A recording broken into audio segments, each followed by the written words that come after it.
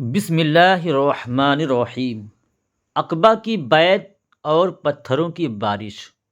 مکہ کی تنگ گلیوں میں اب نبی کریم صلی اللہ علیہ وسلم کی آواز چاروں طرف گونج چکی تھی۔ ہر گھر، ہر دروازے تک اس دعوت کی خوشبو پہنچ چکی تھی۔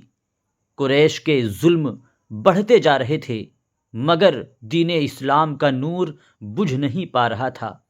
اس سال جب حج کا موسم آیا، مکے میں دور دور سے لوگ آئے تھے، عرب کے ہر کونے سے۔ نبی کریم صلی اللہ علیہ وسلم کی نظریں بھی انہی بھیڑوں میں تلاش کر رہی تھیں، ایسے دل جو حق کی بات سن سکیں، ایسے کان جو سچائی کو پہچان سکیں۔ ایک رات مینا کی گھاٹی میں رسول اللہ صلی اللہ علیہ وسلم کچھ لوگوں سے ملاقات کرتے ہیں۔ وہ لوگ یثرب یعنی مدینہ کے خزراج قبیلے سے تھے۔ جب آپ نے انہیں اسلام کا پیغام سنایا تو ان کے دل کانپ اٹھے۔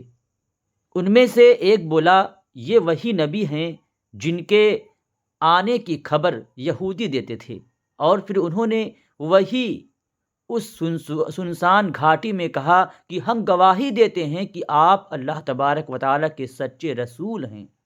یہ تھی پہلی بیعت عقبہ۔ 6 لوگ جنہوں نے اسلام کی نیو مدینہ کی زمین پر رکھی۔ اگلے سال عقبہ کی دوسری ملاقات۔ 1 سال گزرا، دعوت یثرب میں پھیل چکی تھی۔ اب کی بار 12 لوگ آئے، وہ لوگ جو اسلام کو سمجھ چکے تھے، جو اپنے شہر میں نیا صبح لے کر لوٹے تھے۔ رسول اللہ صلی اللہ علیہ وسلم ان سے ملے اور ان سے ایک عہد لیا جسے بیعت عقبہ اولی کہا گیا۔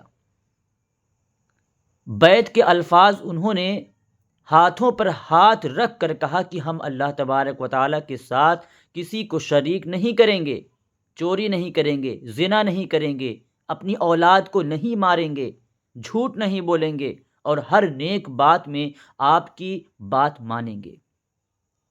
نبی کریم صلی اللہ علیہ وسلم نے فرمایا، اگر تم نے اس پر عمل کیا تو تمہارے لیے جنت ہے۔ ان لوگوں نے کہا، اے اللہ کے رسول صلی اللہ علیہ وسلم، ہم یہ عہد کرتے ہیں۔ اس پل مدینہ کی مٹی میں اسلام کی بنیاد رکھ دی گئی تھی۔ اب یثرب اسلام کی روشنی سے جگمگا اٹھا۔ ہر گھر میں لا الہ الا اللہ کی گونج اٹھی۔ مسلمان نماز پڑھنے لگے، اور رسول اللہ صلی اللہ علیہ وسلم نے ان کے ساتھ رہنے کے لیے مصعب بن عمیر رضی اللہ تعالی عنہ کو بھیجا، جو اسلام کے پہلے معلم یعنی ٹیچر بنے۔ انہوں نے مدینہ میں ایسا کام کیا کہ کچھ ہی مہینوں میں وہاں کے ہر قبیلے میں اسلام پہنچ چکا تھا۔ تیسری رات عقبہ کی بڑی بیعت۔ اب آیا وہ سال جو اسلامی اتہاس کا رخ بدل دینے والا تھا۔ ہجرت سے ٹھیک پہلے حج کے موسم میں 70 سے زیادہ مرد اور 2 عورتیں مدینہ سے آئے۔ رات کا وقت تھا، مینا کی وہی گھاٹی، چاند کی ہلکی روشنی اور چاروں طرف سناٹا۔ رسول اللہ صلی اللہ علیہ وسلم اپنے چچیرے بھائی عباس بن عبد المطلب کے ساتھ وہاں پہنچے۔ مسلمانوں نے کہا، اے اللہ کے رسول صلی اللہ تعالی علیہ وسلم، ہم آپ کی مدد کریں گے جیسے ہم اپنی جان اور اپنے بچوں کی کرتے ہیں۔ اگر آپ مدینہ آئے تو ہم آپ کو ہر حال میں حفاظت دیں گے۔ رسول اللہ صلی اللہ علیہ وسلم نے فرمایا، مجھے اپنے لیے یہ بیعت چاہیے کہ تم میری مدد کرو گے، اور جب مجھ پر حملہ ہوگا تو تم مجھے اسی طرح بچاؤ گے جیسے اپنے آپ کو بچاؤ گے۔ سب نے ایک ساتھ کہا کہ اے اللہ کے رسول صلی اللہ علیہ وسلم، اگر ہم نے یہ عہد توڑا تو اللہ رب العزت کے سامنے کیا جواب دیں گے؟ آپ صلی اللہ علیہ وسلم نے مسکرا کر فرمایا، تمہارے لیے جنت ہے۔ اور پھر ان سب نے ایک ایک کر ہاتھ بڑھایا۔ یہ تھی عقبہ کی دوسری بیعت۔ اسلام اب مکہ کی سیماؤں سے نکل کر مدینہ کی دیواروں تک پہنچ چکا تھا۔ ایک نیا سفر۔ ایک بیعت کے بعد رسول اللہ صلی اللہ علیہ وسلم نے اس بیعت کے بعد مدینہ کی طرف ہجرت کی تیاری کا اشارہ دیا۔ مکہ کے مسلمانوں کے لیے اب راحت کا ایک نیا دروازہ کھلنے والا تھا۔ عقبہ کی وہ رات جب 70 دلوں نے ایک ساتھ ہاں کہا، وہ صرف ایک بیعت نہیں تھی، وہ اسلام کی حکومت کی شروعات تھی۔ مدینہ بلا رہا تھا، جہاں جلد ہی اسلام کا پہلا نظام قائم ہوگا اور جہاں سے رحمت للعالمین صلی اللہ علیہ وسلم کی روشنی پوری دنیا میں پھیلے گی۔ بیعت کے بعد مکہ میں طوفان۔ جب مینا کی اس سنسان گھاٹی میں عقبہ کی بیعت پوری ہوئی، مدینہ کے لوگوں نے رسول اللہ صلی اللہ علیہ وسلم سے وفاداری کا وعدہ کیا تو وہ خبر مکہ میں آگ کی طرح پھیل گئی۔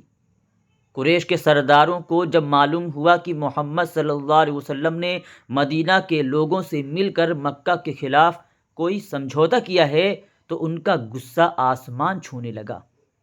صبح ہوتے ہی انہوں نے اس گھاٹی کو گھیر لیا جہاں رات میں بیعت ہوئی تھی۔ وہ وہاں تک گئے جہاں رسول اللہ صلی اللہ علیہ وسلم اور مدینہ کے لوگ ملے تھے، لیکن وہ سب پہلے ہی لوٹ چکے تھے۔ غصے سے بھرے قریش نے ان لوگوں کی تلاش شروع کر دی جو مدینہ سے آئے تھے۔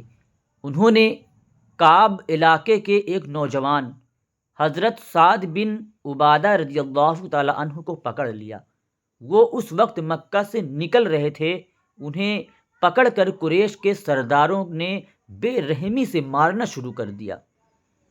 پتھر برسائے گئے، گھونسے، لاتیں اور کوڑے مارے گئے۔ ان پر سچ مچ پتھروں کی بارش کر دی گئی تھی۔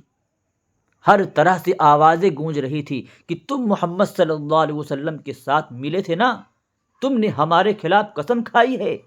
حضرت سعد رضی اللہ تعالیٰ عنہ خاموش تھے، خون سے لتھ پتھ مگر ایمان پر قائم۔ آخر کار ان کے قبیلے کے ایک سردار زبیر بن عبد المطلب جو قریش میں عزت دار تھے، انہوں نے آ کر انہیں چھڑایا۔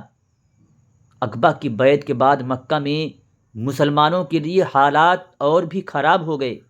قریش نے سوچا اب محمد صلی اللہ علیہ وسلم مدینہ چلے جائیں گے اور وہاں سے ہمیں مٹانے کی تیاری کریں گے۔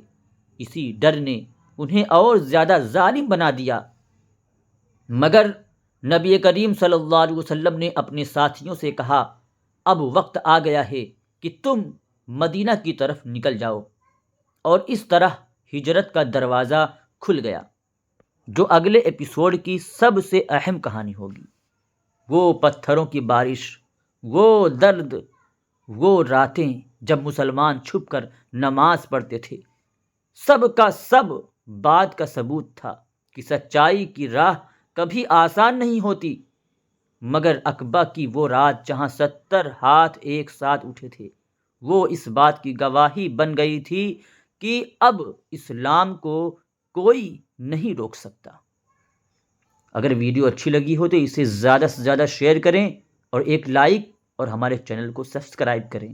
شکریہ۔ خدا حافظ۔ السلام علیکم ورحمۃ اللہ تعالی وبرکاتہ۔